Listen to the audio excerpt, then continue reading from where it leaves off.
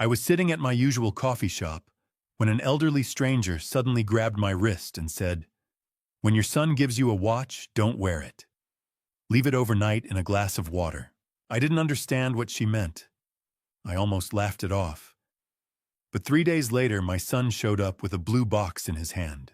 I remembered what she said, so I followed her instructions and dropped the watch into a glass of water. And the next morning, I couldn't believe what I was seeing. I'm really grateful you're here. Before we go further, tell me where you're watching from, your city or country. I read more than you think. A quick note. Some details are shaped for storytelling and reflection. Any resemblance is coincidental, but the message behind it is something worth paying attention to as you keep listening. The coffee is already cold by the time I notice I have stopped drinking it. That is how most Tuesday mornings go at the corner booth of Roasted Lakewood, 13,417 Madison Avenue, the far window, the seat with the cracked vinyl edge I have never once reported to the staff. I come here because the alternative is the kitchen, and the kitchen still smells like Dorothy's hand lotion if I stand near the window too long. I come here because a man needs somewhere to put himself after 40 years of knowing exactly where he belongs. I am Ray Callahan. I am 67 years old. I spent 4 decades as an auto mechanic on Detroit Avenue, 3 blocks from this coffee shop, and I retired 8 months ago because Dorothy made me promise I would. And Dorothy has been gone for 2 years now, which means I keep the promise for both of us. The mug in my hands is ceramic, dark roast, no sugar. I have ordered the same thing every morning for 3 years. There is a comfort in that kind of repetition that I could not have explained to you at 30 and do not need to explain now. Outside the window, Madison Avenue is doing what Madison Avenue does in January. The sidewalk is salted white. The sky is the kind of gray that means it considered snowing and then decided it was not worth the effort. A delivery truck idles at the curb, and its exhaust rises straight up in the cold air, which means no wind yet. I cataloged details like that for 40 years, without trying to the mechanic's habit of reading a scene before committing to a diagnosis. Old habits are the last things to retire. I was thinking about Dorothy's hands. The way she used to fold the newspaper in thirds before reading it, precise as origami, a habit from her bookkeeping days. I was not thinking about anything that mattered. I was, as far as I was concerned, invisible and content. Then the front door of the shop swung open and did not close. A cold gust came across the floor and lifted the paper napkins off the nearest 2 tables. The barista, a young woman with a braid down her back, called out "door" without looking up from the espresso machine. Every patron glanced toward the entrance the way people do, that involuntary turning toward disruption. I looked up for the first time in an hour. She came in carefully. Dark wool coat, cream-colored scarf, a large, structured leather handbag hanging from her left forearm. She was small and moved with the deliberateness of someone who had learned not to trust floors.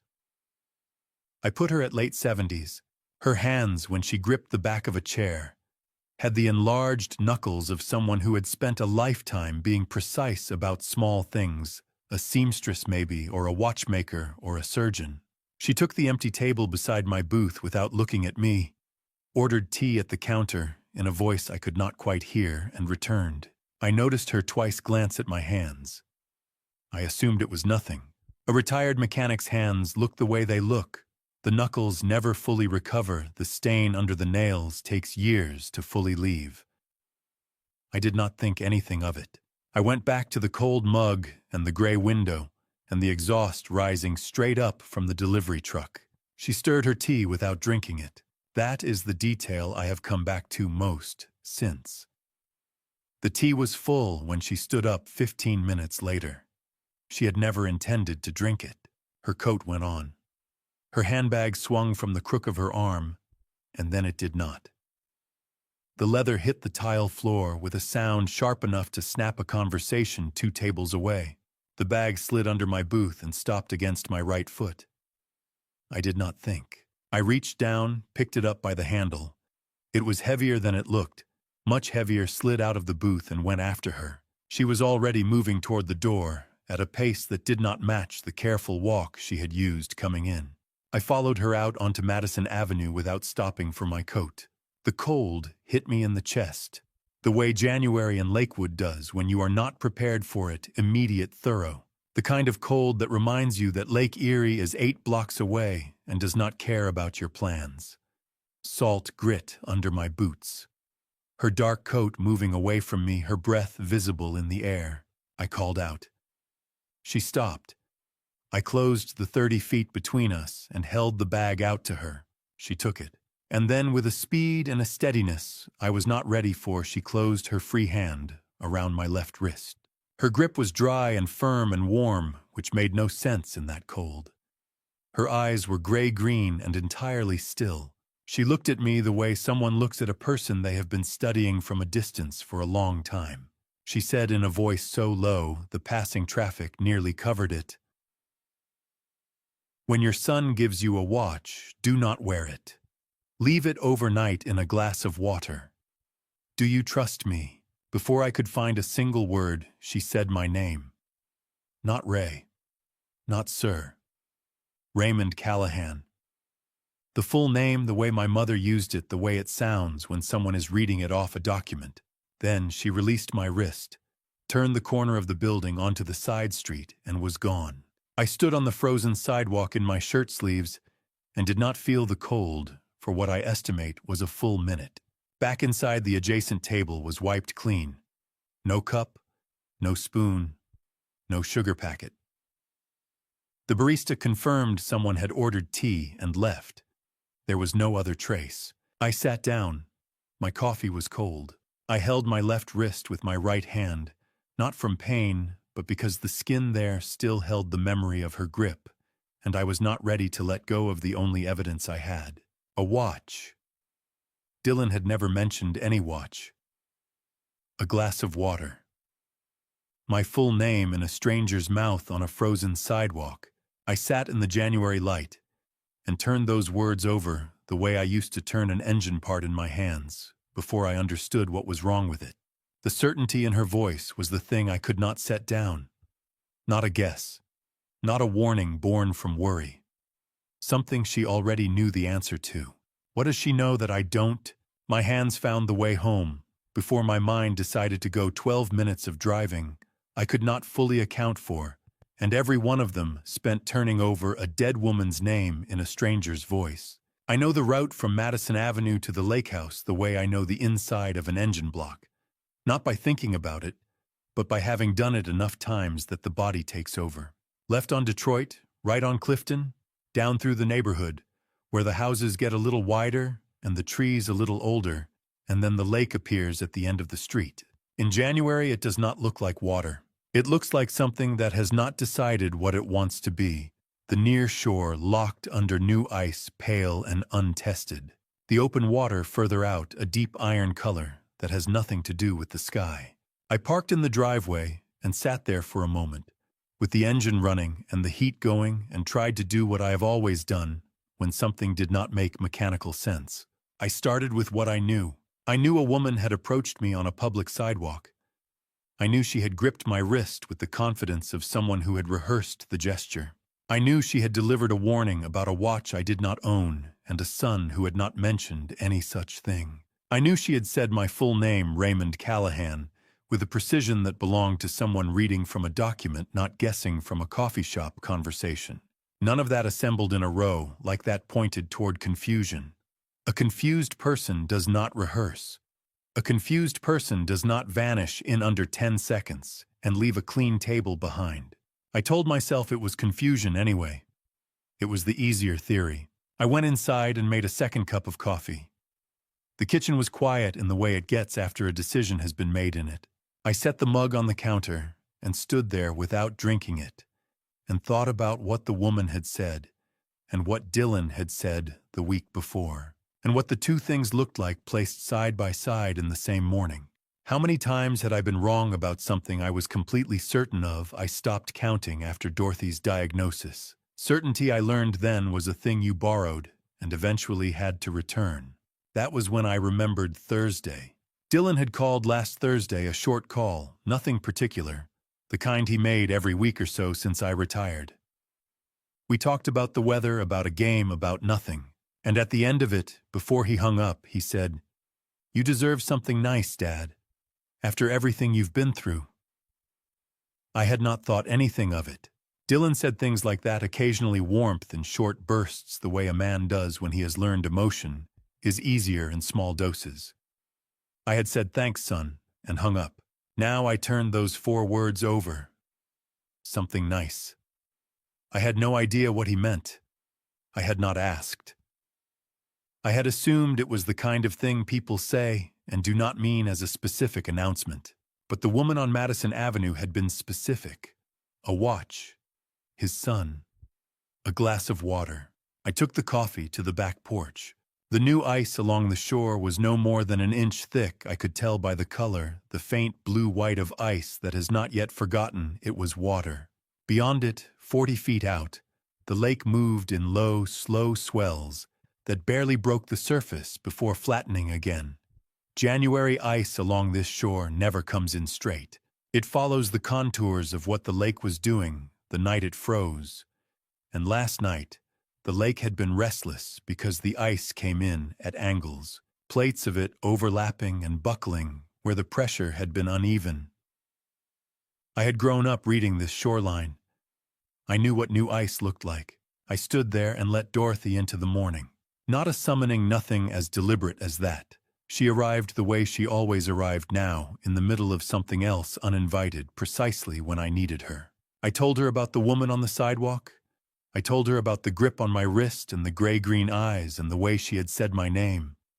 I told her what the woman had said about the watch. Dorothy listened the way she always listened to things I brought home from the world, without interrupting, without volunteering an answer, until the weight of the silence told me she was ready. She answered in the way memory answers now. Not her voice exactly the shape of a sentence she used once, a gesture reconstructed from 100 a morning like any others. From a Tuesday in October, 3 years before she got sick, standing at the front gate of this house with her hand flat on the post. "Ray, this is ours. We built this." She had said it not like a boast, but like a fact she needed to be on record somewhere before it got away from them. 3 years I had sat on this porch, and never once thought about who might want it. That morning I thought about it for the first time, not abstractly, not theoretically. I thought this house, these boards, the shoreline with its buckled January ice, Dorothy's kitchen, the yellow walls, the lavender soap I still replaced without deciding to. I thought, what kind of person looks at a thing like this and sees arithmetic? My phone buzzed on the railing. "Dylan, 8:31 a.m. Dad got something for you. Stopping by Saturday. You're going to love it." I read it twice. Then I set the phone back on the railing and looked out at the new ice, those overlapping plates, the pressure ridges where they had pushed against each other in the night and did not move for a long time. Saturday was 4 days away. I had not replied. The coffee had gone cold, and I was still holding it with both hands. And the lake sat there in front of me with its buckled ice and its iron water and its complete indifference to the fact that something had just shifted in my chest that I could not yet name. The phone buzzed against the railing, and I already knew before I looked that it was going to change the shape of the morning. I looked anyway. That is the thing about dread. It does not stop you from doing the thing you are dreading. It just makes sure you feel the full weight of each step toward it. Dylan's text read, "Vanessa and I are coming by Sunday. We have something for you." I read it twice. The first time for the words. The second time because of the order of the names, Vanessa and I. Not Dylan and Vanessa, not I and Vanessa. Vanessa first, the way you list a person when they are the one driving the plan. I noticed it the way I notice a sound an engine makes that is not quite wrong yet. The kind of sound that does not justify pulling over, but that you file in the back of your mind in case it gets louder. I set the phone face down on the railing. I told myself the name order meant nothing. I told myself Margaret Collins was a confused old woman who happened to know my name from somewhere I could not account for. I told myself Sunday was 4 days away, and I was standing on a frozen porch, catastrophizing over a text message from my son. I almost talked myself into it. 32 years. That is a long time to be wrong about someone. I have a specific memory of Dylan at 9 years old, standing in the front yard, watching me repaint the red Schwinn bicycle for the third consecutive spring. Dorothy was in the doorway with her coffee. Dylan was watching me with the complete and unconscious confidence of a child who has never doubted that the world will arrange itself around his wanting. I remember thinking I did that. I built that confidence. I was proud of it. I did not ask myself then what it might look like from the outside, that same certainty 30 years later in a person who had learned to smile at the right moments. I started keeping that bicycle. Repainted it every spring, whether it needed it or not. Because he loved it, and I would do anything for someone I loved. That is what you do for someone you would do anything for. I should have paid more attention to what that taught him. We gave him a decent life. Dorothy and I, 40 years of double shifts and packed lunches and every broken thing in the house fixed on a Saturday, so we did not have to pay someone else to do it. Dylan graduated high school. Graduated college, moved to Cleveland, got a good job in something. I did not entirely understand that involved managing brands for companies. He was 32 years old and capable and employed, and he called every week or so, short calls, weather and sports, and nothing in particular. I was proud of him. I am still proud of him.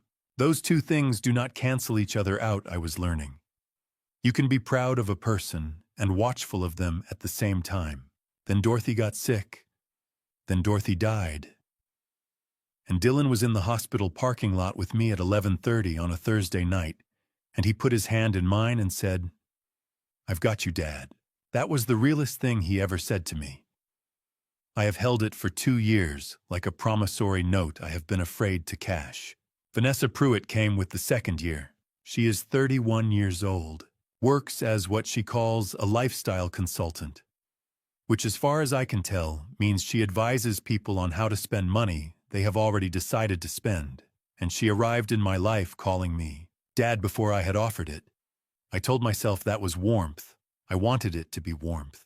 I spent 2 years smoothing the edges of a feeling I did not have the right word for, and the word I was avoiding was calculation. When does warmth become a strategy? I had been asking myself that question about Vanessa for 2 years without using those words. I picked the phone back up from the railing. The screen had gone dark. I pressed the button, and Dylan's text reappeared, and I stood there reading it a third time with the Lake Erie wind coming off the water and the cold working through my shirt. And I let myself remember something I had filed away 7 months after Dorothy died. Dylan had asked me once quietly whether I had ever thought about updating the deed on the house. He framed it as practicality estate planning. He said it was something people did after a loss. There were tax implications. He had read about it. I said no. He said okay. He never raised it again. I filed it as grief-adjacent practicality. The kind of thing a responsible adult child reads about and brings up once and lets go of. I had not thought about it again until right now. The house, the deed, Vanessa first in the text, something for you on Sunday. I did not say any of this out loud. There was no one to say it to. The lake was still gray and locked at the edges. The porch boards were still frost-whitened beneath my boots, and Margaret Collins was still a stranger whose name I did not know how to find. Sunday, 4 days. I picked the phone up and looked at the screen for a long moment. I still did not reply. She came through my door carrying Dorothy's recipe, and I stood there smiling like a man who had not spent 4 days dreading exactly this. Sunday arrived the way Sundays do without asking whether you were ready for it. Dylan's car pulled into the driveway at noon, and I watched from the hallway as Vanessa Pruitt came through the front door first, carrying 2 grocery bags and a smile that had clearly been in use for some time before she walked in. She is 31 years old, Dylan's partner of 2 years, a lifestyle brand consultant, which she explained to me once in terms that made perfect sense while she was talking, and dissolved completely the moment she stopped. She has dark hair, a precise way of moving, and she called me Dad on her third visit without my having offered it. I filed that away. I was good at filing things away. Dylan came in behind her with his hands in his coat pockets. He looked well. He kissed me on the cheek the way he had since he was a teenager, the brief press of someone executing a habit. I shook his hand once the way men do when a kiss feels like too much, and his hand released mine first. Vanessa went directly to the kitchen. She knew where things were. She knew the recipe. Not approximately exactly. The time, the ratio, the color of the broth that Dorothy always brought up a shade darker than the standard by adding a half cup more at the end. Dorothy had made that soup for 30 years and written it down for no one but herself in the small green notebook she kept in the drawer beside her side of the bed. I have not opened that drawer since she died. I do not know when Dylan opened it. I did not ask. I stood in the kitchen doorway watching the pot, and I said it smelled wonderful. And I meant it. And I hated that I meant it. We ate at the table. Vanessa asked about my sleep, my appetite, my knees, not in a line, not like a checklist, but scattered naturally through the conversation, the way someone does when they have thought about the questions in advance and know how to space them. She was attentive in the calculated way of someone who has decided what attentive looks like and practiced the result. Dylan did not look at me once. 2 hours at his father's table and not once. "What do you do with that?" I passed him the bread, and he took it and looked at the bread. I asked about his job, and he answered the question and looked at his soup. I watched him from the corner of my eye the entire meal, waiting for the moment he would look up and his eyes would tell me something, and it never came. Vanessa produced the tea after the plates were cleared. She set a small paper packet on the counter with the casual precision of someone setting down a fact. "I found something that might help with the sleep," she said. "Completely natural, no side effects. Just try it once." I said I would think about it. She smiled and offered briefly to help manage the utility bills, just until I got my feet under me. She said it was not a burden, she did it for her mother. When I said no thank you, she said, "Just a thought. Forget I mentioned it," and smiled, and did not mention it again. That last part, the graceful retreat, the complete absence of resistance, that was the part that stayed with me longest after they left. People who care whether they get a yes will push a little. People who have other plans will wait. Norbert Greer stopped by after they left. As Norbert does, 71 years old, retired postal worker, my neighbor for 19 years. A man who has seen everything in this neighborhood and understood about 60% of it. He stood at my back door with his hands in his jacket and told me Vanessa seemed lovely. He said Dorothy would have gotten a kick out of her. I stood on the doorstep and nodded, and thought Dorothy would have seen straight through her in 40 seconds flat. I did not say that. I said she was very kind. Norbert said I looked tired and went home. I went back inside and stood in Dorothy's kitchen for a while, looking at the green tea packet Vanessa had left on the counter. I should have thrown it away. A man who had been paying attention would have thrown it away. Instead, I made it that night alone after the news in the quiet that is the loudest part of living by yourself. I told myself it was a gesture of goodwill toward my son. I told myself 1 cup of herbal tea was not a decision worth examining. It tasted faintly floral, slightly bitter at the back of the throat, not unpleasant. I finished it and went to bed. I slept deeper than I had in months. No dreams I could name, just a long, heavy dark. Monday morning, I stood at the kitchen counter and looked at my hands. And they did not feel like mine, slow and thick, like they belonged to someone who had been doing hard labor in the cold. The fog behind my eyes took until 10 o'clock to lift, and even then, the edges stayed soft. I told myself it was age. I told myself a good night's sleep sometimes hit you like a small truck the morning after. I almost believed it. She came back on Tuesday, then Thursday, then the following Tuesday. I started looking forward to it, which is the part I am most ashamed of now. I want to be precise about that shame, because it is a named kind, and it deserves the right name. It was not the shame of being fooled by a stranger. It was the shame of having been so hungry, for something I did not know I was hungry, for that I walked toward it without looking down at the floor. The pattern established itself the way patterns do not all at once, but in small incremental additions that each seemed reasonable on its own. The first Tuesday after the Sunday lunch, it was fresh juice. Orange, then a green variety she named in terms I did not retain. Then a third I would not have chosen for myself, but drank because she left it on the counter, and I did not want to be ungracious. The Thursday of the same week, she brought a protein shake in a sealed bottle. The following Tuesday, the vitamins. She set them on the counter with a brief explanation: magnesium B12, the ones men my age stop absorbing as efficiently. She said completely safe, the way people say it when they want you to stop asking. 6 substances in 3 weeks.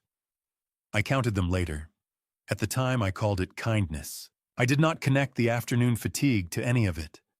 The fatigue felt like February, the exhaustion February produces that does not give you anything to show for how cold it is. I told myself the lake wind was worse this year. I told myself retirement did something to the body's rhythms that took time to settle. I took the vitamins from my palm each Thursday and swallowed them with the juice she had left, and went back to whatever the afternoon was.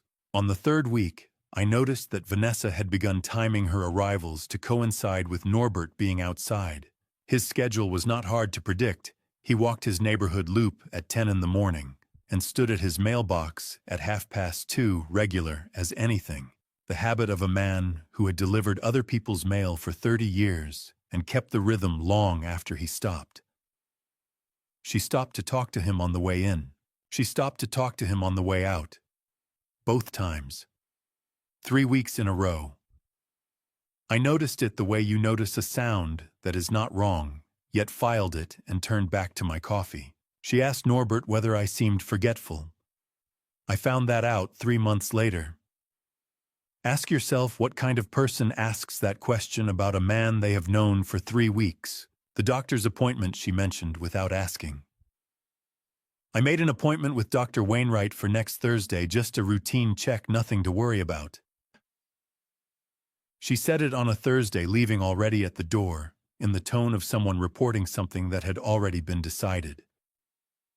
I did not ask how she knew who my doctor was. My name was in the waiting room files. It would not have been difficult for someone who knew what they were doing. I told myself it was thoughtful. It was thoughtful in the way that a net is thoughtful about the shape of what it means to catch. By the 3rd week, I was telling myself she was the best thing that had happened to Dylan in years. I meant it. That is the part that kept me up later when I finally understood what she was doing. I meant it completely in the uncomplicated way of a man who wanted to believe his son had been lucky. I was on the back porch that Thursday afternoon when she left. The lake was doing what the lake did in February, gray and flat and indifferent, with a line of dark cloud sitting on the horizon that meant nothing or meant more cold, equally likely. I had the faint metallic taste at the back of my throat that I had started noticing on the afternoons and was not yet naming. I was thinking about Dylan. I was thinking he seems steadier these days. I was thinking she is good for him. In the car on Clifton Avenue heading back toward Cleveland, Vanessa was talking. Dylan was driving. His hands were on the wheel and his eyes were on the road, and neither of those things changed during the conversation. She told him the vitamins were working. She told him he looked worse every week, which meant it was moving along. Dylan said something that was the beginning of an objection. She reached across and covered his hand with hers. Not a squeeze, exactly, more the way you place something down on a surface to keep it from being moved. Trust me, she said.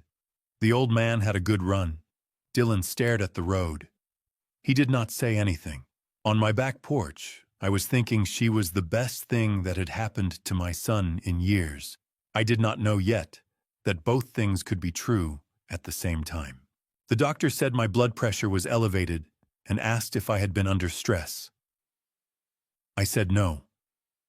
I believed it when I said it, which tells you everything about where I was that February. I went to the appointment the way I had been going to most things that month, without deciding to exactly because deciding required a kind of forward attention I was no longer reliably producing. Vanessa had given me the address, the time, the street to turn on. I had written it on the notepad beside the kitchen telephone and driven there on a Tuesday morning as though it were an errand I had assigned myself. Dr. Celeste Wainwright runs a walk-in clinic on Detroit Avenue, the same stretch of road where I spent 40 years as a mechanic. Half a mile from the bay, where I used to park and eat lunch when the shop got loud. She is 47, compact and precise in the way of someone who delivers a great deal of difficult information and has learned to take up only the space she needs. She asked me the standard questions. Blood pressure high, side of elevated. Iron slightly low. Sleep quality, appetite, energy in the afternoons. I answered everything in the way of a man who is not trying to hide anything, but who has not yet understood what there is to find. She asked about diet changes, recent supplements, anything new in my routine. I mentioned the vitamins the way you mentioned something you have already decided is irrelevant, briefly, with the wave of a hand meant to move the conversation forward. My son's girlfriend, I said, completely natural. Magnesium B12. Dr. Wainwright wrote something on her notepad. I did not ask what she wrote. I was already thinking about whether the parking meter had enough time on it. She said she would like to see me in 4 weeks. Watch the sodium, try to get outside when the weather allowed. I said I would. I folded the appointment card into my jacket pocket and walked back to the truck. I made dinner from what was in the refrigerator that evening. Canned tomato soup, 2 slices of toast, the meal of a man who has stopped thinking of eating as an occasion.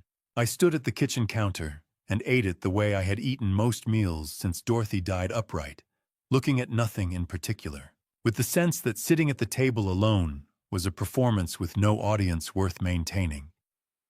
The soup tasted like soup.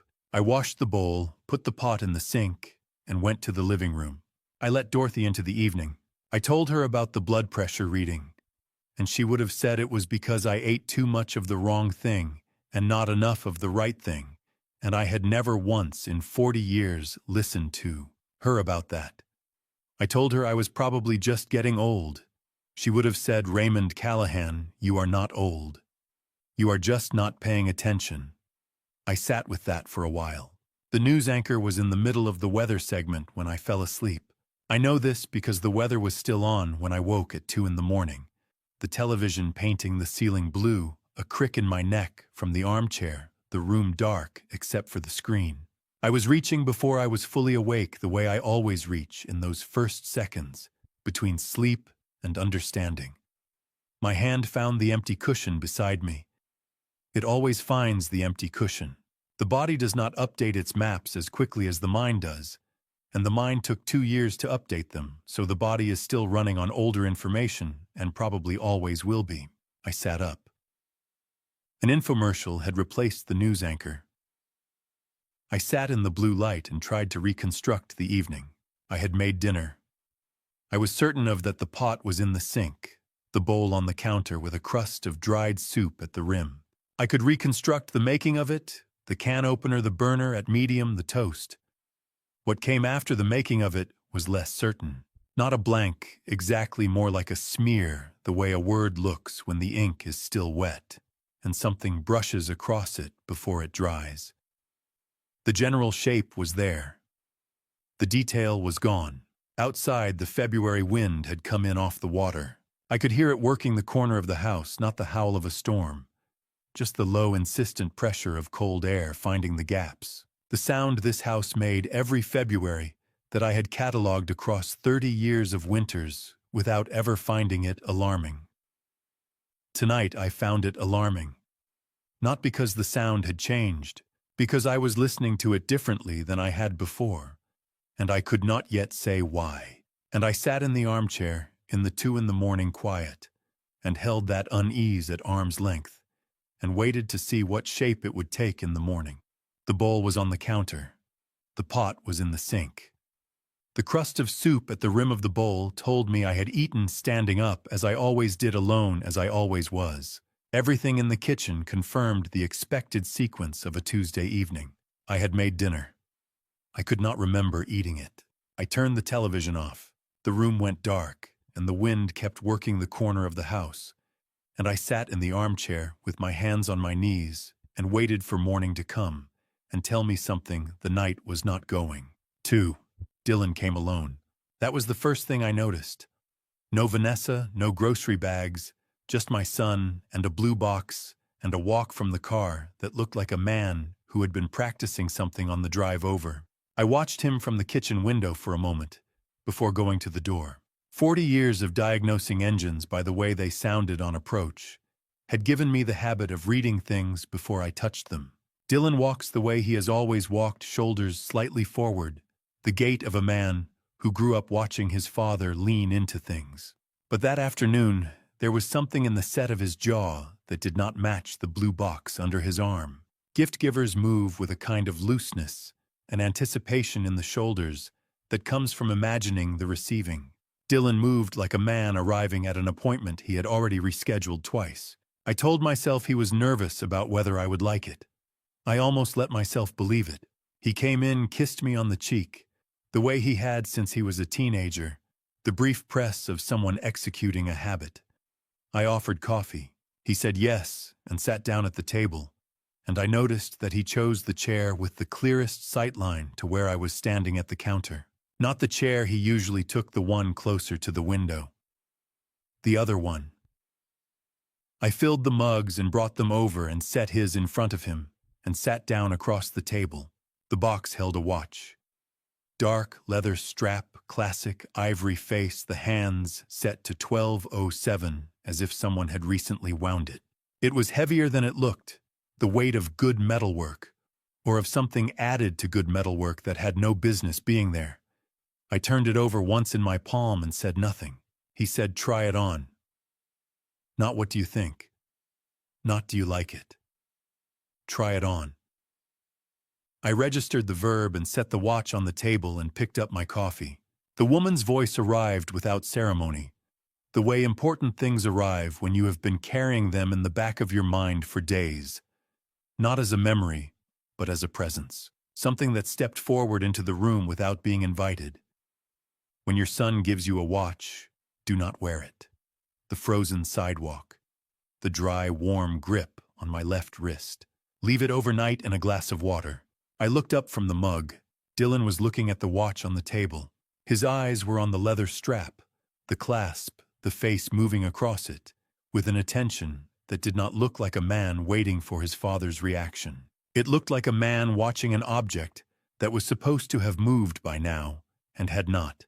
I held that observation at a distance, the way you hold a diagnosis you are not yet ready to commit to. I could have been wrong. A son brings his father a gift and watches to see whether he picks it up. That is not evidence of anything except wanting to be received well. But the expression was not right for that. Anticipation looks open. What I saw was closed, contained measuring the face of someone running a private calculation. I set the mug down. Clasp feels a little stiff, I said. Think I'd like to take it to a jeweler first, just to have it looked at. A silence not long the length of a thought being reconsidered. The clasp is fine, Dad. Probably, I said. I'd still like to have it checked. You know how I am. He knew how I was. He had grown up watching me do exactly this, take the extra step run, the extra test refuse to sign off on anything until I had confirmed what I already suspected. He could not object to it, without objecting to 40 years of who I was. Something moved across his face. I cannot name it, because I had never seen it before on him in 32 years, and the names I had for his expressions did not cover this one, and then it was gone. Back to the regular face. Back to my son. Sure, he said. No rush. We drank coffee and talked about the weather and the Cleveland Browns, and I do not remember a word of it.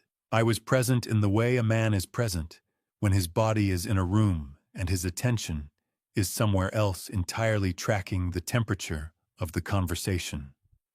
the pace of Dylan's sentences, the frequency with which he looked at the watch sitting between us on the table versus looking at me. He looked at the watch 3 times in 20 minutes. He looked at me twice. Dylan left at 4:30. He picked up the empty box, but left the watch. Neither of us commented on this, and the silence around it was its own kind of statement.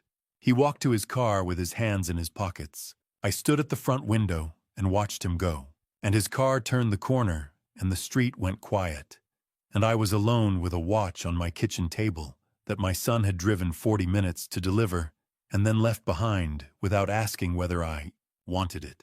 I pressed my palm flat against the cold window glass and stayed there long enough to understand the shape of what had just happened. Not the full picture, not yet, but enough. A man had come to my house with a specific object and a specific request, and the request had not been granted, and the object had not left with him. Whatever came next was going to come from that. I picked it up 3 times and put it back down 3 times. On the 4th time, I held it under the kitchen light and looked at it the way I used to look at an engine I did not trust, not searching for what was wrong, just waiting for it to show me. The house had gone completely quiet after Dylan left. That quiet has a texture not peaceful, not empty, but the texture of a room after a conversation that did not finish.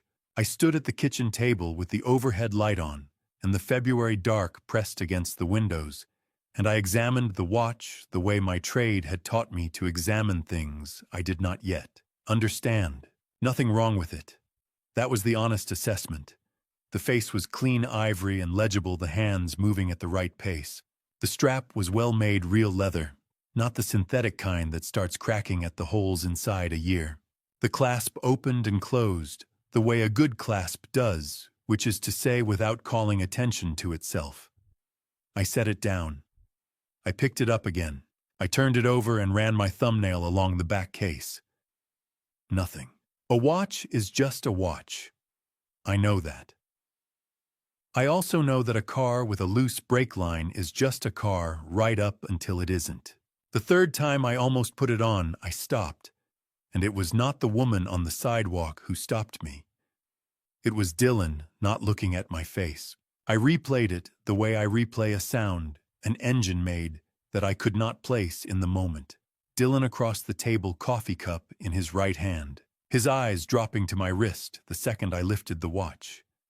Not curiosity, the focused attention of someone waiting for a result. That look had told me everything I needed.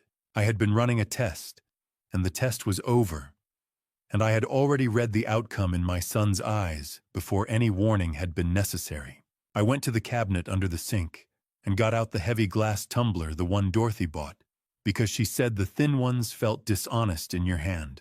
I filled it at the tap-cold water, the February kind that comes out of the pipes, tasting faintly of minerals. I held the watch over the glass for a moment. Then I lowered it in. The leather strap uncurled slowly as it went under. The face blurred slightly through the water's surface. I set the glass on the counter and looked at it, and it looked like a glass of water with a watch in it, which is what it was. I needed somewhere to put it that Vanessa had never reached into. I stood in the kitchen and went through her 11 visits. The way you go through a parts inventory, shelf by shelf, drawer by drawer, surface by surface. The counter beside the refrigerator. Yes, she had set juice there. The cabinet above the stove, yes, she had opened it once looking for a bowl. The drawer beside the sink, yes.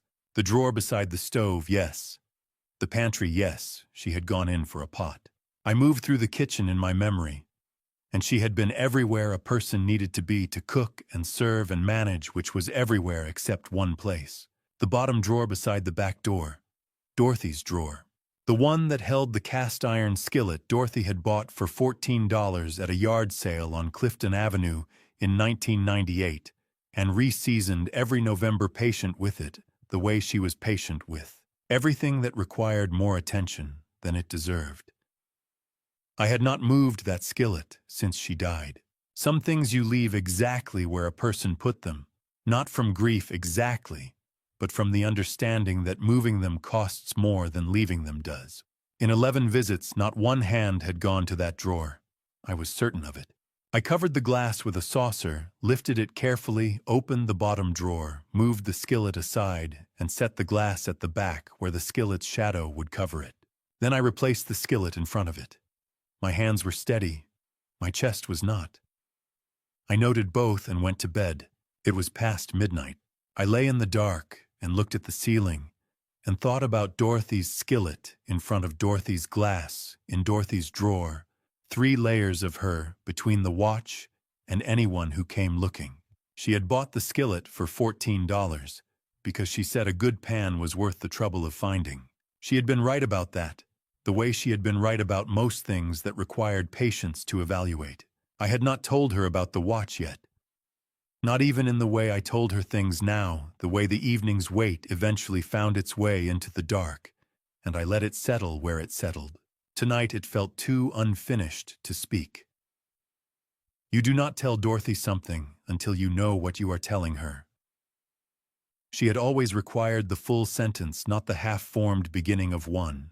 The lake made its low sound through the bedroom window. February wind, the kind that did not build toward anything, but simply continued steady and without argument, the sound of a season that had made up its mind and was not interested in discussion. Somewhere around 12:40 I was still not sleeping, and I was thinking about the drawer, not the glass, but the drawer itself, the choice I had made without deliberating. And I realized lying there that I had chosen Dorothy's drawer the same way I had always reached for Dorothy's opinion on things I could not resolve alone without asking myself why. Because some knowledge lives below the level of decision-making and does not require permission to act. She had kept that skillet for 27 years. She had kept it seasoned and flat-bottomed and ready. Now it was keeping something for me. The glass was in the drawer. The watch was in the glass. Morning was 6 hours away. I had followed the instruction of a woman whose name I still did not know, and I was lying in the dark with Dorothy's skillet between the evidence and whoever came next. And that was going to have to be enough until the light came. I woke before the light came and made coffee I did not taste and stood in front of the bottom drawer for what the clock later told me was nearly a full minute. I already knew. I think I had known since the night before. I opened the drawer anyway. Dorothy's skillet was where I had left it. I moved it to the side, felt the covered glass, and lifted it out with both hands the way you lift something you are not yet ready to see. The saucer was still in place. I carried the glass to the kitchen window, where the first gray suggestion of dawn was beginning to separate the sky from the roofline across the street, and I held it there for a moment.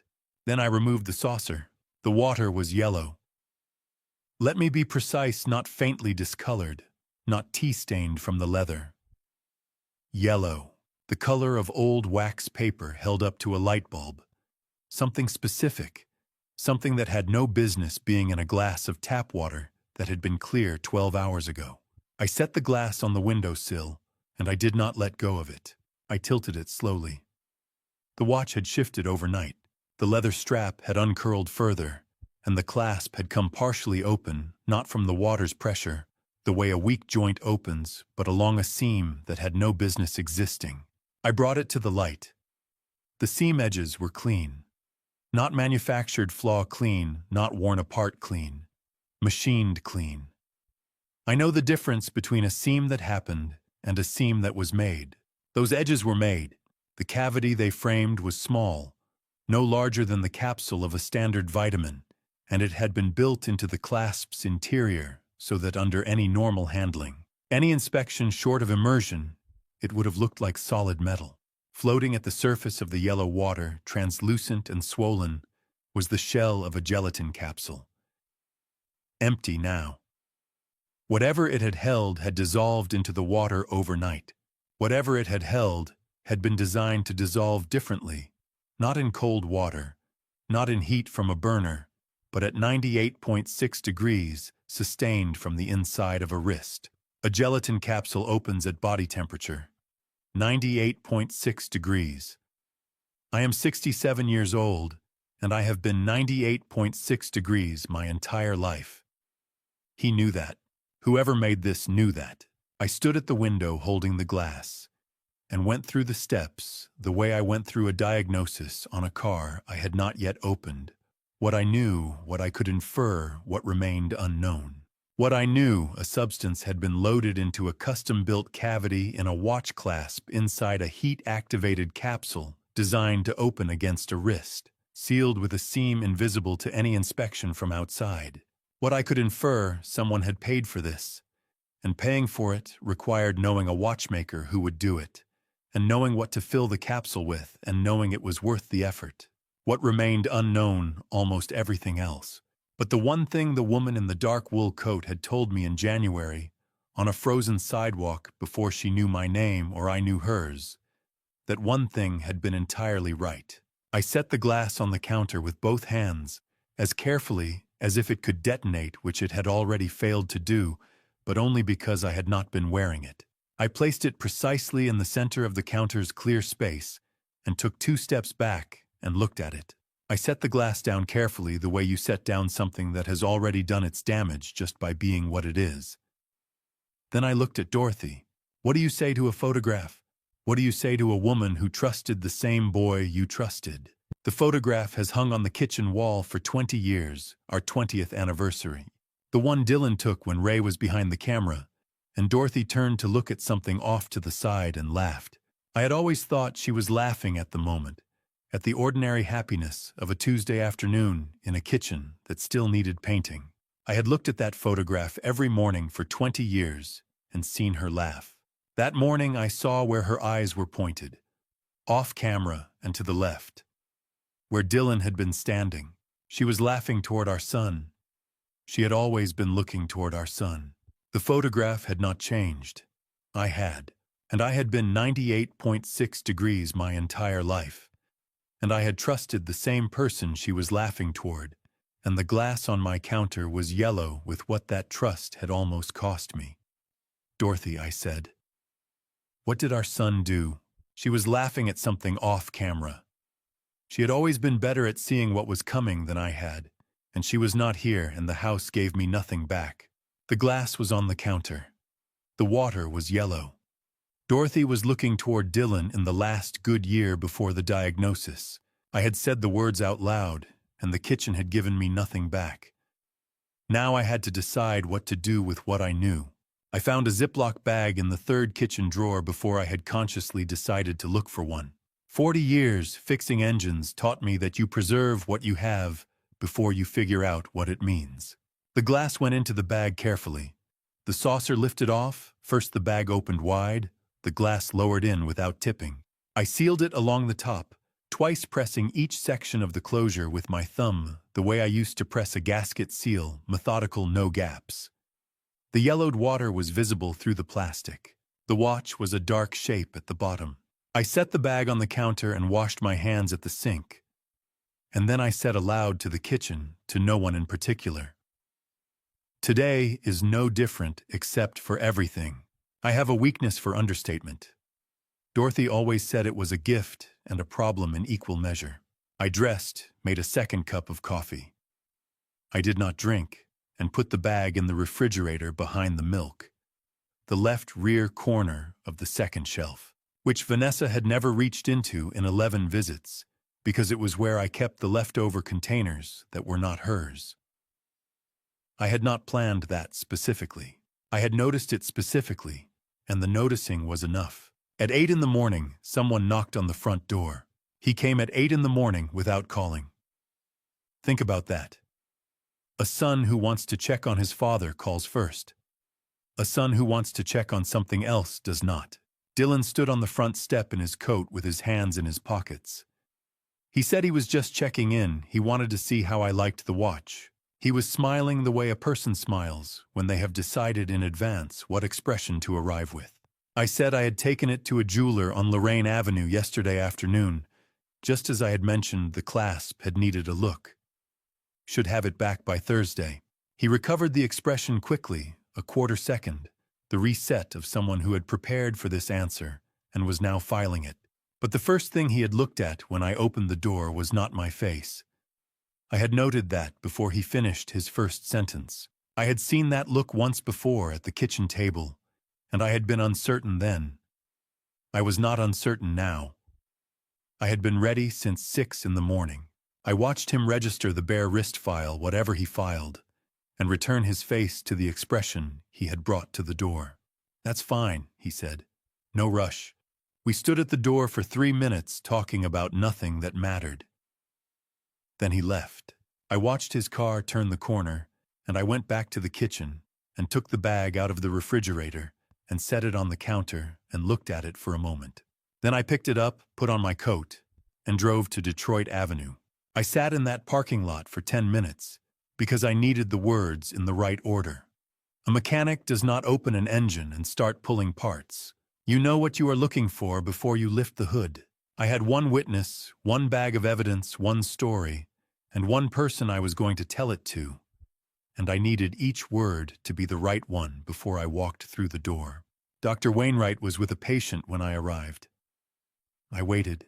When her nurse showed me into the exam room, I sat down in the chair across from the desk. Not the table, the chair, because I was not there as a patient. When she came in and saw my face, she did not ask me what was wrong. She sat down, folded her hands on the desk, and said, "Tell me everything from the beginning. Take your time." I took 11 minutes. I know because I watched the clock on the wall behind her shoulder while I talked the way I watch instruments when I am running a diagnostic. She did not write anything down. She did not look at me the way I had been afraid she would, the way that means a person is deciding how to manage what they are hearing rather than listening to it. She looked at me the way someone looks when they recognize something. She listened to the whole thing without writing a single note. Then she picked up the phone. Do you know what it means when a doctor picks up the phone before she reaches for the notepad? It means she already knows what you are describing. She made one call, turned slightly away from me, and I heard her say the name of a lab contact and the phrase briefly before she angled her shoulder, "Possible secondary exposure." "Chutwaith." Then she hung up, picked up her notepad, and wrote an address on it. West 25th Street, the forensic lab. She tore the page off cleanly and held it across the desk. "Go now," she said. I was in my car before I had time to think about it.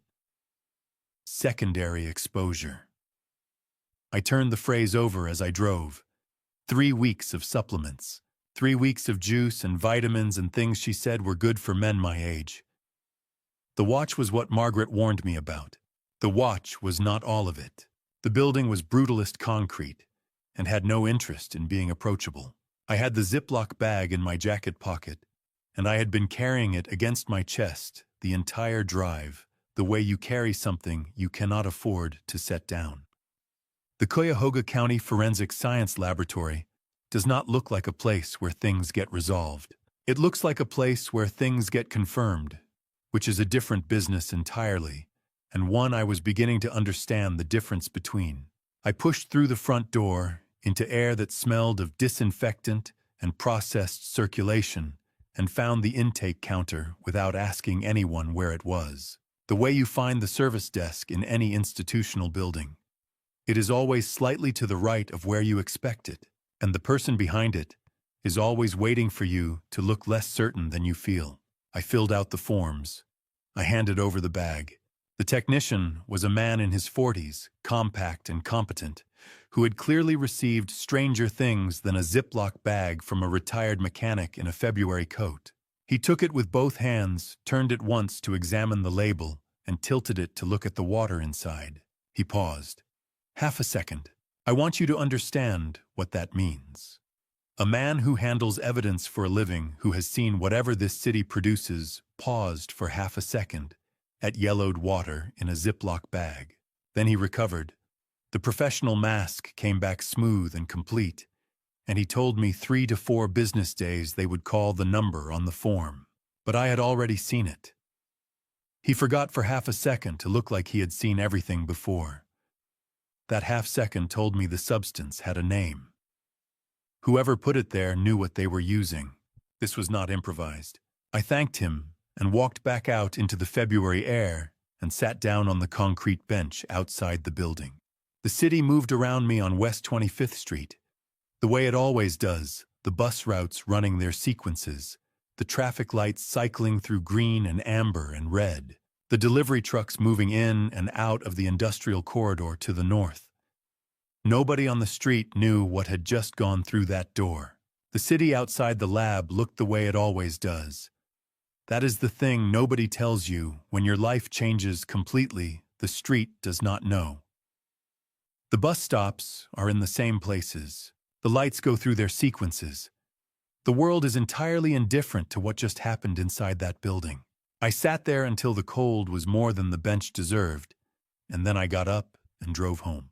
At a red light on West 25th, the phone buzzed on the passenger seat. I picked it up and read it at the light. Vanessa, extra soup tomorrow, exclamation points, hope I was sleeping better, a small yellow circle with a smiling face, see you in the morning. I set the phone face down on the seat and drove the rest of the way with both hands on the wheel and did not look at it again. There was nothing to say to it that I was ready to say yet. She had been in my house 11 times in 3 weeks. She had brought soup and juice and vitamins and a smile I had called warmth. I had 4 days. What do you do with 4 days when the person you are watching does not know you are watching? I found out the next morning. Vanessa arrived at 9 with a container of soup, extra batch, more than she needed. She said I looked like I could use something warm. I said thank you, I meant none of it, and I let her in. We talked for 20 minutes about nothing of consequence, the weather, whether the rose bed on the south side needed cutting back before March, whether I had called the plumber about the pressure in the upstairs bathroom. Normal things. The things that fill a kitchen when 2 people are in it, and only one of them knows what is happening. She left at 9:25. I walked her to the door, said something warm, closed the door behind her. Then I carried the container to the sink. I had not known until I opened the lid and tilted the container over the drain whether I would be able to do it. Whether something in me would object to pouring away what looked like kindness. Nothing objected. I watched the liquid go down with the flat attention of a man watching something he has already decided about, rinsed the container under the cold tap, and set it on the drying rack. I thanked her. I meant none of it. I had not known until that moment that I could say the true words in the wrong direction and feel nothing crack. The man who had looked forward to her visits no longer existed. He had been replaced sometime in the last 48 hours by someone who could do what I had just done and stand at a clean sink afterward without the need to name it. I was not sure whether that was strength. I thought it might be a warning about myself. The drain made the sound drains make. I rinsed the container and set it on the rack and stood at the sink. 3 more days. I did not know yet what the lab would find. I did know what I would do while I was waiting, and I knew I was capable of it. That was the part I was still deciding how to feel about. He knocked on day 2, and I was already at the hallway before the second knock landed. Not from eagerness. From the same place. A man reaches for a tool before he has consciously named the job, the body running slightly ahead of the mind, because the mind had been preparing since before dawn. I had the mug in my hand when I opened the door. I had made sure of that. A man with a mug in his hand is a man in the middle of an ordinary morning. I had been constructing ordinary mornings for 3 days, and I was getting competent at it, the way you get competent at anything you practice without wanting to. Dylan came in, the way he always came in, filled the doorframe, ducked on instinct, let his eyes move across the kitchen the way they had for 32 years. Counter, window, table. And then before they found my face, they stopped. They stopped at my left wrist. Not a glance, a check. The difference is duration and intent. A glance is involuntary, the eye moving before the brain has authorized the trip. What Dylan did was authorized. A quarter second, maybe less, but with the quality of a man confirming something rather than noticing it. The bare skin above my watch band. The absence of the thing he had delivered 2 days ago. He logged it and moved on and found my face and produced the smile he had brought to the door. I offered coffee and he said he was fine. We sat at the kitchen table for 15 minutes. He asked about the pipes in the basement, whether I had called the plumber he mentioned in January. I said I had not gotten around to it. He asked whether I needed anything from the store. I said I was fine. I answered each question with the precision of a man rehearsing not to answer the question underneath it. And Dylan asked each question with the patience of a man who already knew the answer to the question underneath it. And between us, we performed a 15-minute conversation that had nothing to do with what either of us was actually doing. He did not ask how I was sleeping. He did not ask about my appetite, my energy, whether the fatigue was better or worse. In every visit before this one, those questions had been the first three delivered Vanessa's sequence. Vanessa's language running through my son's mouth, like a script he had memorized without examining. Their absence now had a shape to it. You notice what stops as clearly as you notice what starts, once you know what to listen for. The questions had been retired because they were no longer useful. The monitoring had a different object now. I walked him to the door and stood on the porch and watched his car until it disappeared at the far end of the street. Then I went back inside and out the side door into the garage without stopping. The garage smelled the way it always smells in February. Motor oil settled deep in the concrete cold coming off the lake through the gap under the door. The stillness of a space that holds its temperature independently of the weather outside. It was where I went when I needed to think without the house thinking back at me. I sat down on the step and looked at the far wall. The red Schwinn hung where it had hung for 12 years, on the 2 hooks I installed the spring after Dylan moved out. The last coat of paint was starting to lift at the rear fender primer, showing gray beneath the red. I had been putting coats on that bicycle every spring for 20 years long, past any practical reason. Long past Dylan being a boy who rode it down Clifton Avenue with his arms out and his face open to whatever was coming.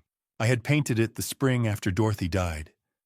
I had stood in this garage alone in April and done the thing I had always done and had not asked myself why. I knew why now. Some maintenance you perform for the object. Some you perform for the record. Continuous proof that the person who did it last time is still here, still keeping the thing in the condition it deserves. The grief came the way it comes, in empty rooms, without announcement, without warning. Not the public kind with ceremonies and casseroles and other people's expressions arranged into the right shapes. The other kind. The kind that waits for a room with no one in it, and a man with his guard down, and 12 years of a bicycle on a wall. I let it run. I did not time it.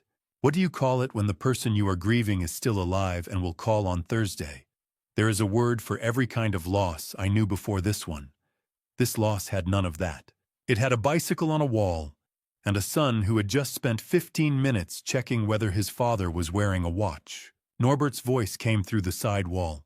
He said, "You okay, Ray?" I said, "Yeah, I'm okay." He said, "Cold night coming. You should close that door." I was not okay in the way the question usually means. But I was still here, which was the true answer to what Norbert had actually asked. I had become someone who could say I'm okay and mean it as a direction, rather than a description, not where I was, but where I was pointed. Day 4 tomorrow. The lab would call in the morning. I sat in the open garage with the February cold settling around me, done with the crying, and nowhere near done with the rest of it. And the bicycle hung on the wall above me, freshly red, going nowhere, keeping its record. I was in the truck before the coffee finished brewing. Day 4. I left the coffee on the counter and drove to West 25th in the dark, and did not turn the radio on. The forensic lab parking lot was half empty at that hour. A sodium light on the near pole was cycling between orange and off, the kind of electrical fault that gets filed and forgotten. I parked under the working light at the far end and sat for a moment with the engine running, watching the building's intake window glow yellow through the glass doors. Then I went in. The envelope was standard issue, institutional beige, the county seal in the upper left corner, my name typed on the label in a font that has not changed since the 1990s. The woman at the intake window handed it across the counter with both hands and did not say anything. I thanked her and carried it back to the truck, and sat in the passenger side light and opened it. The report was 4 pages. I read the conclusion first, The way I read anything official, find the bottom line, then go back and understand how they got there. The bottom line was on page 4, second paragraph 11 words, thallium compounds delivery mechanism engineered for slow dissolution via inner wrist vascular surface. I read it again, then a third time. Thallium, inner wrist, engineered for slow dissolution. I want you to sit with those 3 phrases for exactly as long as it takes for them to stop sounding like a report and start sounding like what they are. Not a general poison, not a contact substance. A mechanism designed for the exact anatomy of the place where a watch strap rests. I sat in the truck with the engine off and my son's face at my kitchen table, and I sat there for 15 minutes without moving. A lifestyle consultant does not know how to engineer a vascular delivery mechanism. That is not a skill that comes with a certification in holistic wellness or legacy planning or whatever name the operation was using this week. Someone else built the watch. Vanessa Pruitt delivered it, someone with medical knowledge or pharmaceutical knowledge, or the kind of operational expertise that does not come from a weekend seminar. That person had designed what my son had been asked to put on my wrist. I noted this the way I note an engine problem that is beyond my tool set accurately without panic, and with the understanding that I was going to need a different kind of specialist. I sat in that parking lot until the cold came through the doors, and then I drove to Payne Avenue. Dorothy used to say, when you know what needs doing, the time you spend not doing it is just time you are spending against yourself. I had spent enough. I had spent 4 days on it, and I was done spending. The 3rd District Precinct on Payne Avenue is a brick building that has absorbed 30 years of difficult conversations and smells like it, old air-recycled heat, the institutional residue of a place that runs continuously and never fully airs out. I went to the front desk and asked for a detective. The officer at the desk looked at the manila envelope in my hand and made a call. Detective Arlene Odom was 38 years old, Cleveland PD 3rd District Violent Crimes Unit, with the kind of stillness that belongs to people who have learned to listen before they decide. She came down the hall and introduced herself and took me back to a small office with 2 chairs and a desk that had nothing on it except a legal pad and a pen. She sat down, put the pen on the pad, and looked at me and said nothing. I understood the instruction. I started talking. She listened to all of it without writing a word. Do you know what that means? A detective who does not write while you are talking. It means she is not taking notes.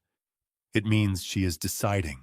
She was deciding before I finished the 2nd sentence, and I understood that and kept going. I told her about the coffee shop, the old woman's warning, the watch, the water test, the yellowed glass, the lab submission, the supplements. I put the manila envelope on the desk between us and did not say anything further. She picked up the pen. She did not put it down for the rest of the meeting. I had not known until that moment how much weight I had been carrying in the not being believed.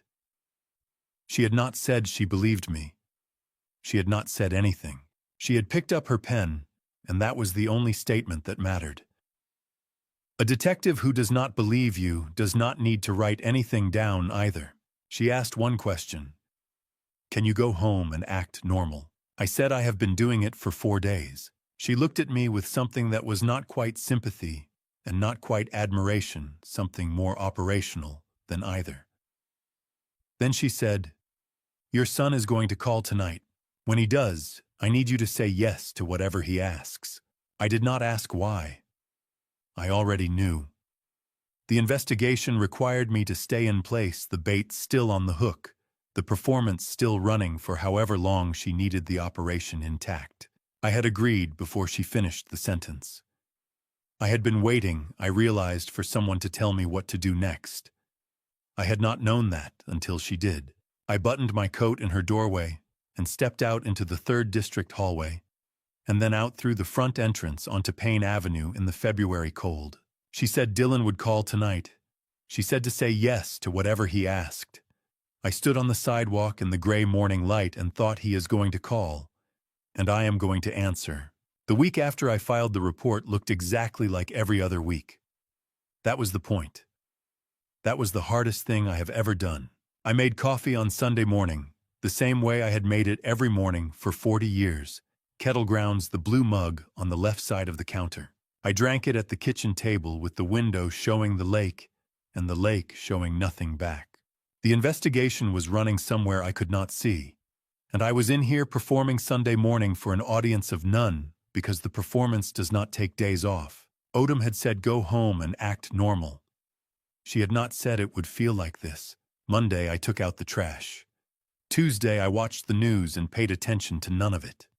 Wednesday, I went to the hardware store and bought weather stripping I did not need and installed it on the back door and swept the garage. This is what an investigation looks like from the inside. It looks like nothing. It looks like an old man living an ordinary life in a house by the lake.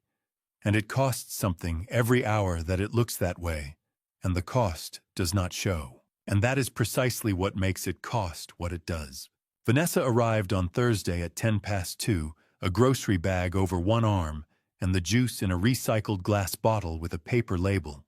Ginger and turmeric, and something she called adaptogenic, which is a word I have looked up and remain unconvinced by. She set it on the counter and asked how I was sleeping, and I said fine, and asked whether she wanted coffee. She watched me drink the juice. I could feel her attention without meeting it, the steady measuring quality of someone counting, cataloging, confirming a rate of progress I was not making. I finished half the glass and set it down and talked about the weather and the weather stripping and whether the February winds off the lake were worse this year. She smiled at the right moments. After she left, I poured the rest down the sink. I had become precise about which half of anything was enough, the half she needed to see, and the half I needed her not to see. Performing the performance back at her was the most technical work I had done since I left the shop, and the margin for error was the same as it had always been on a job that mattered none. Friday, I called Dr. Wainwright's office and rescheduled the follow-up I had missed. I did not tell the scheduling nurse why. Saturday morning, Dylan called at 9:47. I already had the phone in my hand, not from eagerness, but from 3 days of knowing this call was coming and making sure I was ready before it arrived. Odom had said, your son is going to call. Say yes to whatever he asks. He said, so the watch, did the jeweler say anything? I said, being thorough, he said, taking his time with the clasp. A pause. The length of something being weighed and set back down. He said, okay, Dad. Then the line went dead. I set the phone face down on the counter and stood at the sink and turned the water on and held my hands under it without reaching for the soap. 2 words and a disconnected line from my son. I had been preparing since Tuesday. I had rehearsed the jeweler answer, the casual tone, the pace of a man with nothing to hide. The call had lasted 40 seconds and gone exactly as planned, and it had cost me something I had not budgeted for, because I knew standing at the sink what I had heard underneath those 2 words. He had not asked how I was sleeping, not about my appetite or the doctor's appointment Vanessa had scheduled. In the calls before the watch, those questions had been present every time the monitoring dressed in the clothes of concern. In the calls after, they had been replaced by a single question about the jeweler, because the jeweler was the only thing that mattered now. The care had been instrumental from the beginning. Without the instrument, there was nothing left to ask. That was the moment the last version of my son I had been carrying finished its dissolution. Not with a scene, not with a confrontation, with a 40-second call and 2 words and a man standing at a running tap who understood, finally, that the boy who had ridden the red bicycle down Clifton Avenue with his arms out had been replaced gradually by someone else, and that not noticing had nearly killed him. I dried my hands on Dorothy's dish towel, the blue striped one she had washed so many times. The stripes had gone soft, and folded it over the oven handle the way she always had. The investigation was not waiting for me to feel something. It was waiting for me to stay in position. I stayed in position. That night, Odom called and told me where to be on Monday. I said I would be there. Then I stood at the kitchen window and looked out at the dark water. The lake at 10 at night in February. the ice shelf along the near shore visible only as a pale interruption in the dark, the open water making the low sound it made in winter, something moving continuously underneath a surface that was trying to stay still. I had been listening to that sound for 31 years. Tonight it sounded like the only honest thing in the world. I stood at the window and listened until I was ready to go to bed. I was not ready for a long time. She called Monday morning, and I knew before she spoke that something had changed, not in what she said, but in how she said it. Flatter, more deliberate. The voice of someone who has found something. She said, "We found the watch shop. Can you come in this morning?" I said, "I am already getting my keys." That is what an investigation sounds like when it moves. Not urgent, not dramatic, just a register shift in a woman's voice and a man reaching for his coat before he has thought about it. I was in the truck in 4 minutes. I do not remember locking the door. Odom met me in the hallway outside her office, which I had not expected. She had a manila folder under her arm and a coffee she did not offer to share, and the look of someone who has been at her desk since before the building opened. She waved me into the office and closed the door and sat down and opened the folder without preamble. Eldridge Faulkner was 58 years old, a master horologist who had operated a watch repair and commission shop on West 25th Street for 22 years. A craftsman whose professional reputation rested on discretion, technical precision, and a refusal to cut corners on either materials or ethics. He had built the commission because the woman who brought it to him gave it a name that sounded like wellness. She had described the hidden cavity in the clasp as a herbal supplement delivery mechanism, a device for a loved one who consistently refused to take nutritional supplements, a small kindness for a difficult patient. She had paid a premium rush fee in cash. She had left no name. She called it a herbal supplement delivery mechanism. A craftsman with 40 years of experience built a hidden cavity because someone gave it a name that sounded like care. I want you to think about how carefully you have to choose your words to make that work, not just the right words, but the right words for the right person delivered in the right register. She had studied Eldridge Faulkner before she walked into his shop. She knew which door to knock on and how to knock on it. Odom walked through the rest of Faulkner's account without stopping for my reactions, which I appreciated. The cavity dimensions, the material specification, a slow-dissolving compound, held in suspension against the wrist's inner surface.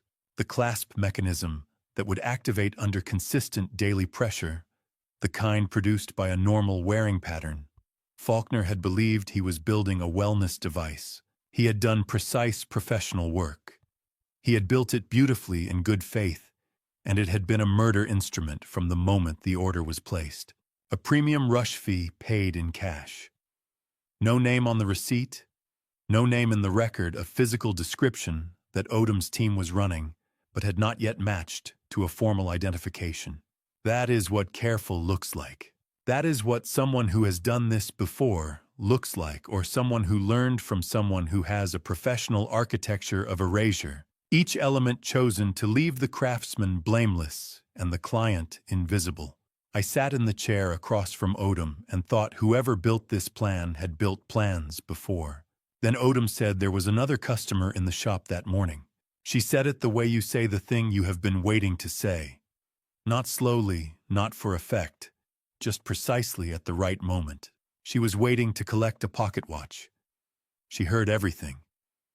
Then she left, and 2 days later, a stranger gripped a man's wrist outside a coffee shop on Madison Avenue and said his name.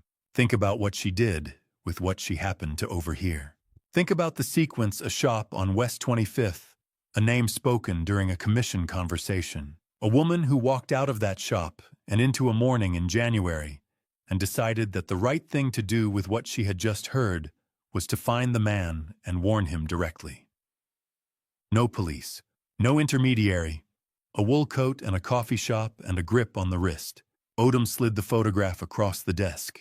It was grainy and black and white security footage, stilled to a frame, the timestamp in the corner. Reading 11:14 a.m., a date 6 weeks before I sat in the roasted Lakewood, watching my coffee go cold. The image showed the interior of a watch shop, the counter running left to right, a woman standing near the near end of the counter with her back partly to the camera. She was waiting. She had the posture of someone who had been waiting patiently for a long time and was not bothered by it. She wore a wool coat, dark belted at the waist collar up. The set of her shoulders was something I had been carrying in my memory since January. I picked up the photograph. I looked at it for a long time. The coat, the shoulders, the particular way she held herself near the counter, not anxious, not watching the commission conversation, just present, and still the way certain people are still in public spaces, the way people are still when they are trying not to appear to be listening and have already heard everything. I had been standing 6 inches from those shoulders on a frozen sidewalk in January. I would have known them anywhere. I set the photograph down on the desk. I said, "I know who she is." Odom leaned forward. "Then we need to find her today." I called Norbert from the parking lot and made my voice ordinary. "Just a question. Did he happen to remember a woman named Collins who might have known Dorothy?" He went quiet for a moment. The quiet of someone sorting through a box they have not opened in a long time. Then Margaret Collins. She and Dorothy worked the line at the Lakewood plant together for 15 years. Fine woman. You need her address. I wrote it down on the back of the manila envelope that was still on the passenger seat. I thanked him and said I was just tracking something down and ended the call. The address had been in Dorothy's Christmas card box for 7 years. Norbert had kept it the way Norbert keeps everything from those years carefully, without knowing why, because that is how he honors the people he has lost.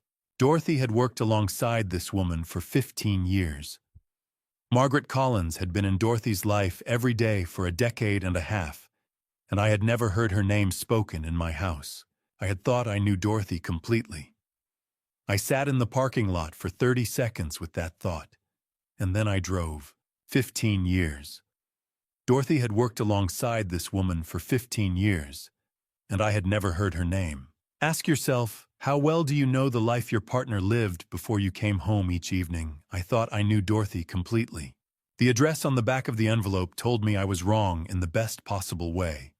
Wrong in the way that makes the person larger, not smaller when you find it out.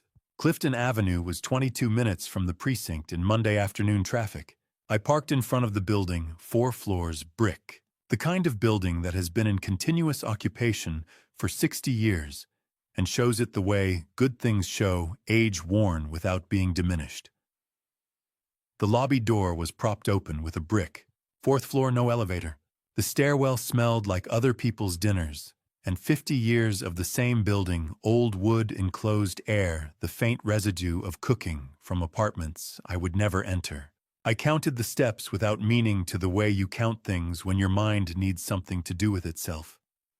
41 steps. I remember that. At the top, I stood in the hallway for a moment and found the door at the far end and knocked. She opened it almost immediately, as though she had been standing just inside.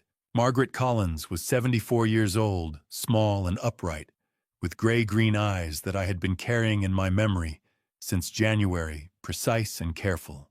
The eyes of someone who notices things and decides later what to do with them. She was wearing a cardigan, not the wool coat, but the wool coat was on the hook inside the door where I could see it. She said, "I wondered when you would come. Not who are you, not how did you find me." She had been expecting me since January. What do you say to someone who has been waiting for you to arrive for 6 weeks without knowing your name? I said nothing. I stood in the doorway and looked at her, and she stepped back and held the door open, and I went in. The apartment was warm and full. Bookshelves floor to ceiling on 2 walls, the shelves organized with the precision of someone who reads seriously and returns things to their place. African violets on the windowsill, purple healthy, tended with consistent attention, the kind of plants that only thrive for people who remember them without being reminded. A reading chair near the window with a folded blanket on the arm.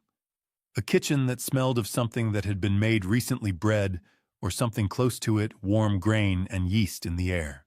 This was not a lonely apartment. This was the apartment of a woman who had been living her life with intention for 74 years and had arranged the evidence of it carefully around her. I stood just inside the door and looked at the room, and then I saw the photograph. It was on the wall beside the bookshelf, framed in plain wood, a black and white image the size of a paperback book.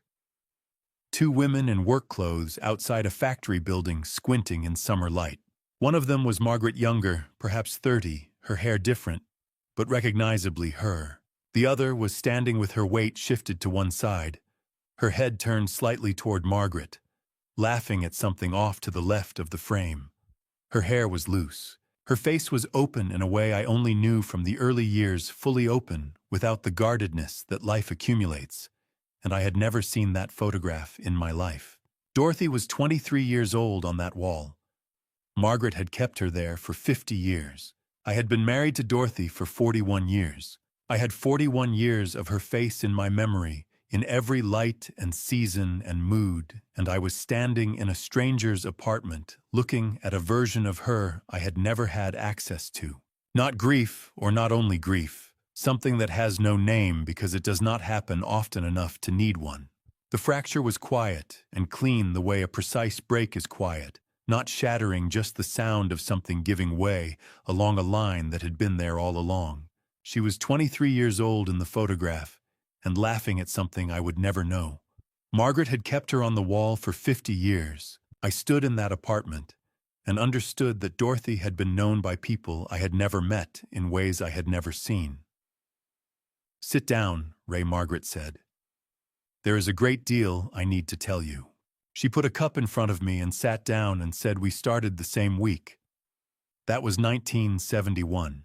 She said it the way you say a year that still feels close, not like history, like last Tuesday. I wrapped both hands around the cup.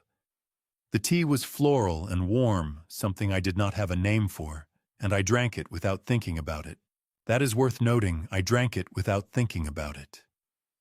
The first thing I had consumed in 3 weeks without performing the act of consuming it. She talked and I listened. Every Saturday for 40 years. Dorothy never missed one. Neither did I. She said that plainly, the way you state a fact that has simply always been true. The sun rises, the Saturday call happens. They had talked about everything she said. The plant, their husbands, their children, and the absence of them, the grief that belongs to women who outlive what they expected their lives to contain. I had not known about the Saturday calls. I had not known Dorothy had a friendship of that depth and duration running alongside our marriage like a parallel river. 40 years of Saturdays, and I had eaten breakfast beside her on every one of them and not known. 40 years of Saturday calls. Dorothy never told me. I do not say that as a complaint, I say it as a measure of how much of a person you can love completely and still not know. She had a whole friendship I had never been inside. It was entirely hers, and she had kept it entirely hers. And I understand now that this was not a secret from me. It was simply a room I had never been invited into because I had never needed it. She kept it for herself, and at the end, she turned it into a door. 3 days before Dorothy died, Margaret said she called. Her voice was different. Deliberate in a way it had not been before a woman who knew she was saying a thing that needed to land precisely. She had said, "Don't let him fight alone. Promise me." Margaret had promised. I sat with that. Dorothy had known she was dying. We both knew I had known too, though we had not spoken it in those words, and she had used one of her last clear days to call her oldest friend and extract a specific instruction. Not a goodbye. An instruction. She had known my character well enough to know that when something came, I would face it quietly and alone, and she had arranged in advance for that not to be the final answer. She had not known what I would face. She had only known me. That was enough. She heard Vanessa say, "The old man deserves it." Those 5 words through a door she was not supposed to be behind. Margaret had gone to Faulkner's shop to collect her late husband's pocket watch. A repair she had arranged months earlier, and the door to the back room was slightly open. And through it, she heard a woman describing a commission, a hidden cavity, a delivery mechanism, a forgetful elderly father who needed his supplements managed for him. Then, through the crack of the door, the client stepped out to the showroom for a moment, and Margaret heard 5 words that landed like a diagnosis: the old man deserves it. She recognized Dylan from photographs on Dorothy's desk at the plant. She recognized the name spoken during the commission as the name of the son Dorothy had talked about every Saturday for 40 years. She knew what she had heard, and she knew what it meant. I put my cup down. My hands were not steady, and I did not try to make them steady. What do you say to someone who spent 3 winter mornings in a car service on arthritic knees to keep a promise to your dead wife? There is no sentence for that. I looked at her across the table, and I did not try to produce one. She told me about the 3 mornings. Car service, she said her knees make driving difficult in winter. She had called Norbert to find Ray's routine, said she was an old friend trying to reconnect. And Norbert had been helpful, thorough, incurious about the reason. She had gone to Madison Avenue on the first morning and not found me. The second morning she had found me. But the timing was wrong. Too many people, too little time. No way to say what needed saying without it being rationalized away before she left the block. The third morning she had found me in the corner booth at 6:50, and she had dropped the handbag. I understood then that the handbag had not slipped. Nothing about that morning had been accidental. She had chosen my table, my routine, my moment. She had rehearsed the wrist grip, the words, the exit. Everything I had catalogued as the inexplicable behavior of a stranger had been prepared across 3 winter mornings by a woman who kept promises and had good hands, even with arthritic knees. I said you did all of that because of a promise you made to a woman who has been gone for 7 years. She looked at me the way Dorothy used to look at me when I said something obvious. The snow had started outside the window, small and quiet, the kind that falls without urgency. I looked at Dorothy on the wall, 23 years old, laughing, and I understood that she had known even at the end what she had been doing all along. She had sent me Margaret Collins. She was my best friend, Margaret said. What else would I do? She called while I was holding a carburetor. Rusted, a 1987 Buick LeSabre. Norbert had been asking me to look at it for a month. My hands knew what to do with it, even when my mind was somewhere else entirely, which was why I had come to Norbert's garage that morning, instead of staying in my own house waiting for a phone that had not rung yet. She said the warrants came through. Stay away from your house until I call you. Do you understand? I said I understood. The line went dead before I could ask anything further, which told me the arrests were already in motion, and Odom was managing several things at once. I set the phone on Norbert's workbench and picked the carburetor back up. Norbert's garage is the closest thing to my own that exists in the world.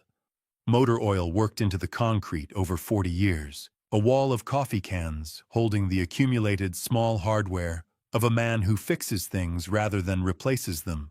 The cold that comes from working in a space heated only by the work being done in it. I knew how to be in one.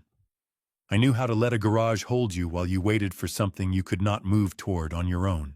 I held the carburetor for 2 hours, not working on it, holding it.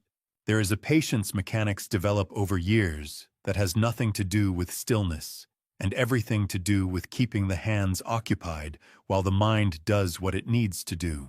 My only job was to stay in Norbert's garage and hold a carburetor and not go home. Norbert called at 11:40, slightly breathless, the way he gets when something is happening in the street. He said, Ray, there are 2 cars outside your house I have never seen before. I told him I knew about them and asked him to go inside. He went because Norbert trusts me without needing the architecture of reasons explained.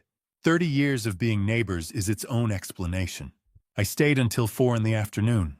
Outside the street made its ordinary sounds a delivery truck, 2 blocks over a dog that barked twice and stopped the wind working through the gap under the garage door. Ordinary sounds. The world running its sequences, while somewhere across Lakewood, a drawer was being opened and a laptop was being bagged, and a deed with my name in the grantor field was being photographed by someone's wearing gloves. When Odom called again, her voice had the flat finality of a thing completed. She said, come in. I drove to Payne Avenue with both hands on the wheel and the radio off. She walked me through it in her office with the legal pad in front of her and the pen moving steadily. I sat across the desk and received each piece of information the way you receive a diagnosis you have been expecting, not with surprise, but with the weight of hearing confirmed what you had already understood in your body for weeks. The browser history started 6 months before the watch. I want you to hold that number, 6 months. While I was still adjusting to retirement, learning what a quiet morning looked like without a shop to go to, Dylan was at his computer reading about thallium absorption rates in elderly patients. He was researching the timeline of heavy metal poisoning, while I was trying to decide whether I needed a hobby. He was on forums discussing untraceable methods of cognitive decline, while I was driving to the coffee shop on Madison Avenue, because the kitchen smelled like Dorothy and I needed somewhere to put myself. 6 months before the watch, before the supplements, before the first Sunday lunch when Vanessa came through my door carrying Dorothy's recipe and called me Dad. He had been building toward this since before I knew there was anything to build toward. Odom laid out the search strings without editorializing. The forums, the dark web purchased through an account registered to an email address that no longer existed. Each item placed in sequence, flat and precise, letting the facts carry their own weight. I listened without interrupting, letting each data point settle before the next one arrived. Then she put the deed on the desk between us. I recognized it immediately. A standard property transfer document. I had signed the form twice in my life, once when Dorothy and I bought the lake house in 1993, once when we refinanced in 2003. Every field had been filled in. My name in the grantor line, Dylan's name in the grantee line, the address of the house Dorothy and I had bought together when Dylan was 7 years old, and the lake was something he ran toward every morning before breakfast. Dorothy's voice arrived without warning the way it always arrived. Ray, this is ours. We built this. She had said it on the back porch, the October before she got sick, her hand on the railing. The evening going quiet around us, the way evenings go quiet when you have been together long enough to stop filling them. He had been sitting at my table. He had eaten my food and kissed me on the cheek, and the deed had been in his drawer before the first visit, before the first supplement. Already filled in, already decided, waiting only for a signature from a man who had been slowly, carefully, patiently prepared to provide one. My eyes stung. I did not stop it. Odom said nothing. She gave me the room and the silence and the time. Outside, the afternoon was doing what March afternoons did in Cleveland. The light thin and non-committal, the sky the color of something that had not made up its mind. The investigation was over. The deed was on the desk, and Dorothy's voice was in the room, and I had nothing left to perform for anyone. She opened a folder and said, "I'm going to read you some of what your son told us." I put both hands flat on my knees. I had been waiting to know, and I had not known until that moment how much I did not want to. She read without editorializing, the way a good detective reads evidence, flat, sequential in the order it occurred. Dylan's first refusal came in October, she said, when Vanessa first raised the financial questions. He had told her no. She had said, "I understand we don't have to decide anything now." His second refusal came in November, when she showed him the research, the thallium forums, the supplement delivery method. He had said no again, this time more firmly, and she had said, "You're right, forget I mentioned it." Then December. Then January. Each time patient. Each time pleasant. Each time no pressure, just a door left slightly open, a return visit, a reframing. She said, "We're just moving the timeline." 6 months of that.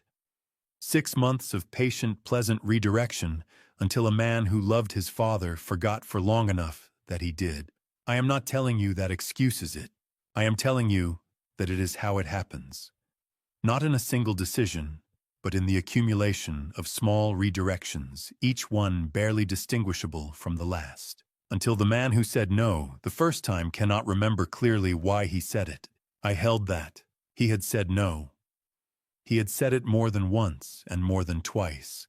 and Vanessa had waited and reframed and waited and reframed, and he had eventually stopped objecting. I held that the way you hold something that is too hot and too important to put down and too ambiguous to know what to do with. I did not exonerate him in my mind. I did not condemn him simply either. What I did was note with the same flat accuracy I have applied to everything since January, that my son had been worked on by someone who knew exactly how to work on people, and that he had not been strong enough, and that this was true and terrible, and not the whole truth at the same time. Odom looked up from the folder. She said at the concentration she prepared, "Your son believed he was arranging a signature." What his wife had actually arranged was a funeral. I looked at the coat on the chair beside me. I did not say anything. Attempted murder in the first degree, held without bail. I had known it was coming, and it still landed with its own weight, not surprised something more deliberate. The name of what she had done said aloud in a formal charge, in a proceeding that would go on without my participation, in a document that would eventually be read by a jury. She had tried to kill me. The law had a word for it now. There is something in having the law. Name the thing that has been living in your body unnamed for 2 months. Not relief, exactly, not satisfaction.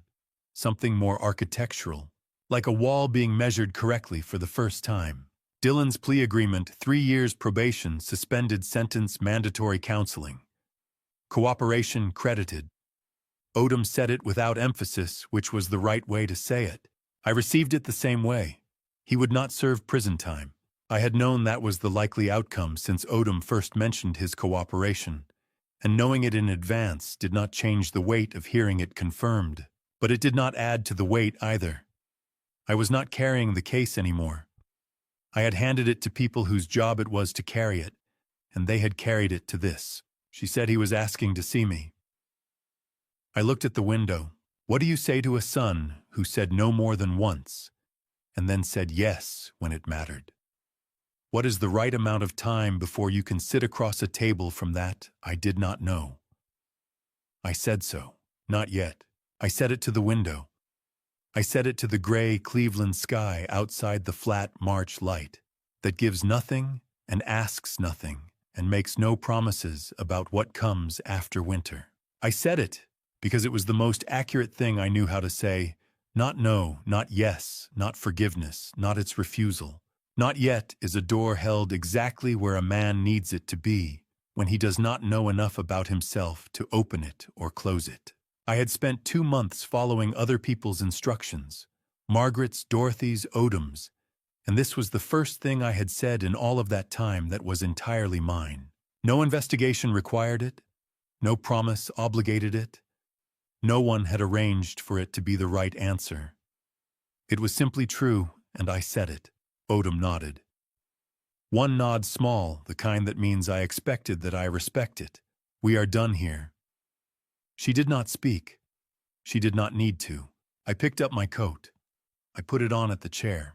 The precinct smelled the same as it had on every prior visit, recycled institutional air old building. Decades of difficult conversations absorbed into the walls, but something in the room felt completed rather than ongoing. I walked down the hallway and through the lobby and out the front door onto Payne Avenue. I said not yet to the gray sky, and meant it exactly. Odom had nodded like she expected that answer. I walked out into March with my coat on and my hands in my pockets. Chapter 7 was waiting. I did not know its shape yet. I was starting to think I might be ready to find out. My hands found the route home before my mind decided to leave. That is the only way I can explain the truck already moving through the courthouse parking structure, Madison Avenue already ahead, while some part of me was still sitting in the gallery watching the judge close a folder. Somewhere in the corridor, I heard a clerk say Dorothy's name into a phone. Not my Dorothy. Someone else's case, someone else's grief. But the name landed the way names do when you are not prepared for them. And I carried it down the stairs and out to the truck, and drove home with it, sitting in the passenger seat, saying nothing. I drove the 12 minutes back without the radio. The courthouse fluorescence had left something behind my eyes, that flat institutional overbrightness that makes the ordinary world look underlit by comparison.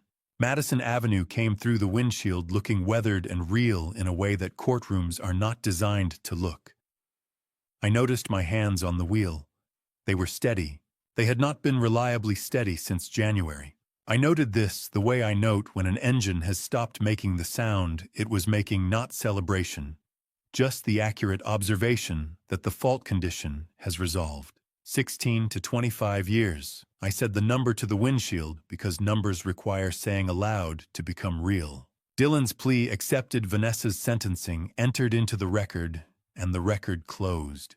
The ordinary-looking courtroom had swallowed 2 decades of a woman's life before 11 in the morning, and done it without drama, with the procedural efficiency of an institution that has been doing this long enough to make it look like administration.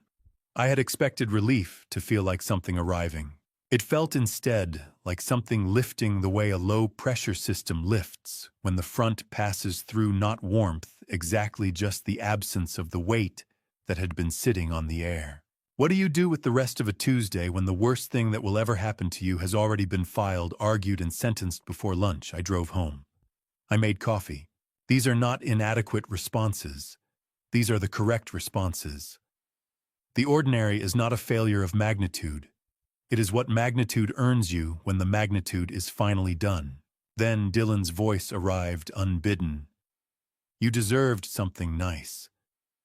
He had said it the week before, the watch standing in my kitchen, Vanessa beside him, the blue box not yet in the room. He had meant it as a setup. He had also, in the accidental way of people telling a truth they have not fully understood, been right. I had deserved something nice. The manipulation had been accidentally correct about its own object. I filed this without knowing what category it belonged in. I still did not. The lake house was cool when I arrived. Not cold, but cool the way a house gets when it has been running without a person to justify the heat. I made a second cup at the kitchen counter and carried it out to the back porch and stood at the rail. This was the first time I had stood at this rail since before any of it, since before January. I had been on this porch in the intervening weeks, but always in transit, out for a purpose, back for a purpose, the porch, something to move across rather than stand in. Now I stood in it and let it be what it was. The lake in late March did not look like the lake in January. The ice was gone completely. Not the slow retreat I had watched in previous years, but simply gone as if it had decided overnight that it was finished. The water was moving, not the locked stillness of the ice months, but a surface genuinely in motion, small chop running in from the northwest, catching the afternoon light in a way that made the whole surface shift between dark and bright every few seconds. A pair of ring-billed gulls worked the near shore in wide, low arcs, banking on the wind, without effort, going nowhere specific, and covering the distance with complete authority. I had lived next to this lake for 31 years. I had never found it comforting in the way people find comfort in large bodies of water. What I found in it was accuracy. It did not perform. It did not reassure. On the days it was beautiful without asking for your opinion. And on the days it was brutal without apologizing. And today it was neither, it was simply moving.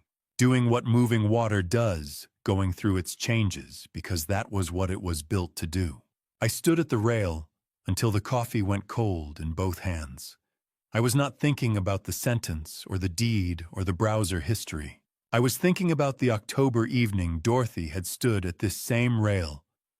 Ray, this is ours. She had not been making a legal statement.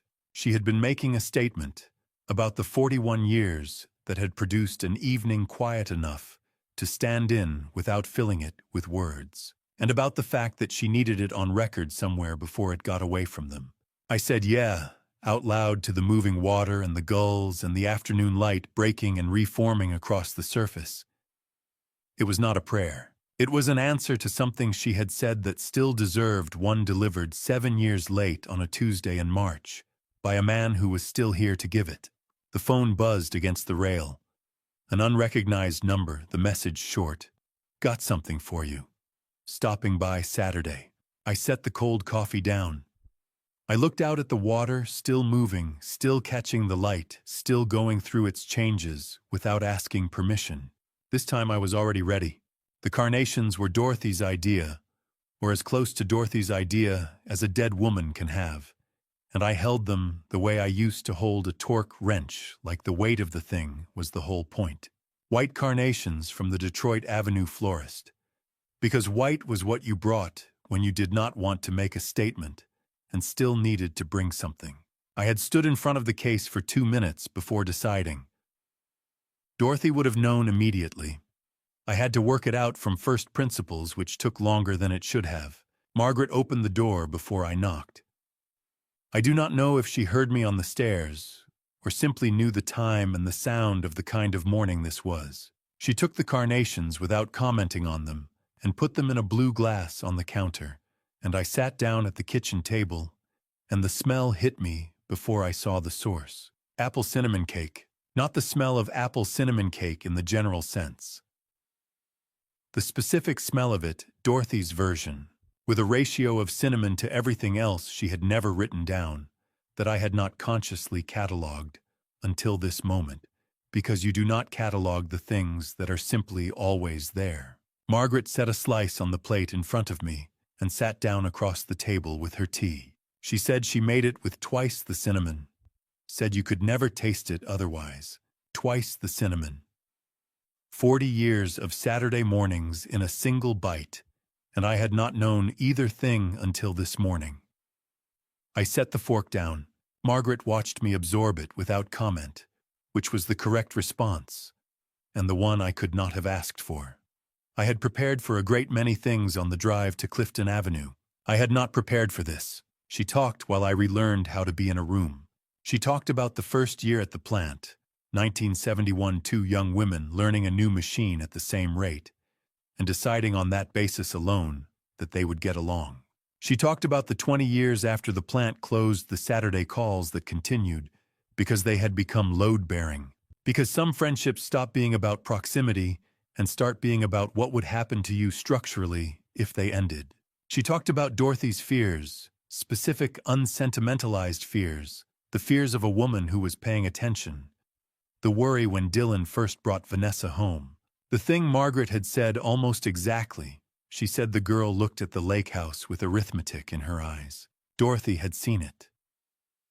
Years before I did, years before any of it, she had looked at her son's wife and registered the calculation. She had told Margaret. She had carried it as a private weight rather than alarm me without evidence. She had also, in the 3 days before she died, converted that private weight into an instruction and handed it to the only person she trusted to carry it after she was gone. There is a grief with no general name for the version of your wife you never met, the one who had a best friend and fears and a plan, and never once let you see the weight of it.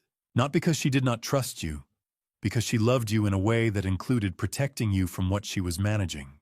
I had been married to Dorothy for 41 years, and she had been managing things I did not know needed managing for all of them. If you are still here with me listening to how these pieces finally fit together, I'd ask you to leave a quick comment, just the number 40, to let me know you're still walking this path by my side. It means more than you might realize. And a small heads up, the scenes that follow have been reshaped with certain creative elements to better convey the weight of what happened. If you'd prefer not to continue with this version of the journey, I'd understand if you chose to step away right here. Margaret said she talked about you every week, Ray. For 40 years, she never stopped. I broke then. Not loudly. Not with the full inventory of what I was breaking over, which would have taken longer than the morning. Quietly and completely, the way a joint releases after too long under load. Margaret came around the table and held me the way you hold someone when words are not the right tool, both hands, no commentary, for as long as it took. She smelled like the cake and the African violets on the sill, and 50 years of keeping the people she loved. The plea agreement had been signed, but not yet processed. Dylan's attorney had told me there would be a window of several days before the paperwork cleared, and he was released. I drove to Euclid Avenue before that window closed. The Cuyahoga County Correctional Center has fluorescent lighting with a faint green tint that makes everyone look like they have been underground for too long. Dylan had 3 days left here. The plea was signed. The probation terms were set. The attorney had said he would be out by Thursday. I had not wanted to wait until Thursday. Dylan was at the bolted table when I came in. He looked smaller than I had expected, which I had not prepared for either. I sat down across from him and I said, "Tell me everything, from the beginning." He told me. He cried before he was halfway through and kept going, which was the right thing to do. When he finished, he said, "I didn't know she was going to kill you, Dad. What do you say to a son who handed someone a weapon and claims he did not know it was loaded?" I looked at my son for a long time across the bolted table under the green-tinted fluorescence. Then I said, "I know. I believe you." I stood up. At the doorframe, I stopped without turning around. I said, "I'm not ready to say I forgive you. Not yet. But I came. That has to mean something." I walked out into the sleet and drove back through Lakewood. On Thursday, he would walk out of that building a free man under the terms of his probation. I did not know yet what that meant for the two of us. I only knew I had gone in before he walked out, and that the order of those two things had been mine to choose. On Madison Avenue, I passed 13,417 without slowing. The corner booth was visible through the wet glass. Someone was sitting in it. I did not stop to look. The thaw came on a Tuesday quietly, the way the best things always did. The ice just deciding it was done, the sky remembering it had a color. I was in the garage before sunrise with a paintbrush, and no particular plan beyond the wall in front of me, which had needed repainting since before any of this started, and had waited with the patience of walls. I started at the east corner and worked west. The garage smelled the way it always smells in spring motor oil and cold concrete, and the early promise of a season that has not committed to anything yet. I kept the radio off. The brush made the sound a brush makes on rough plaster. A sound I have always found adequate for thinking in, and I thought in it for 2 hours without arriving at conclusions, which is sometimes the point. The red Schwinn came down from the wall hooks at 9. I had bought a can of the right red in February. Bought it before the sentencing, before the carnations, before any of it had resolved, because some preparations belong to faith rather than certainty. I sanded the fender where the paint had been flaking and applied 2 coats, slow and even. The way a job deserves to be done when you are doing it for someone who will not see it, but would have noticed. When I rehung it, the hooks held clean. I stepped back and looked at it. I painted over the section of wall behind the refrigerator last. The spot where the Ziploc bag had sat taped to the baseboard for 4 days in February, while the lab processed what it contained. I did it on purpose. Some walls are worth keeping clean. Norbert arrived at 10, let himself through the side gate the way he has for 20 years, and stood in the garage doorway with his coffee and surveyed my work. He pointed at a 6-inch strip near the ceiling I had not reached. He said, "You missed a spot." I said, "I know, I'm leaving it." He accepted this without further inquiry, which is one of the things I value most about Norbert. Margaret came through the same gate 20 minutes later, took one look at the Schwinn, and sat down on the back step without a word, which is one of the things I value most about Margaret. The rose canes came next.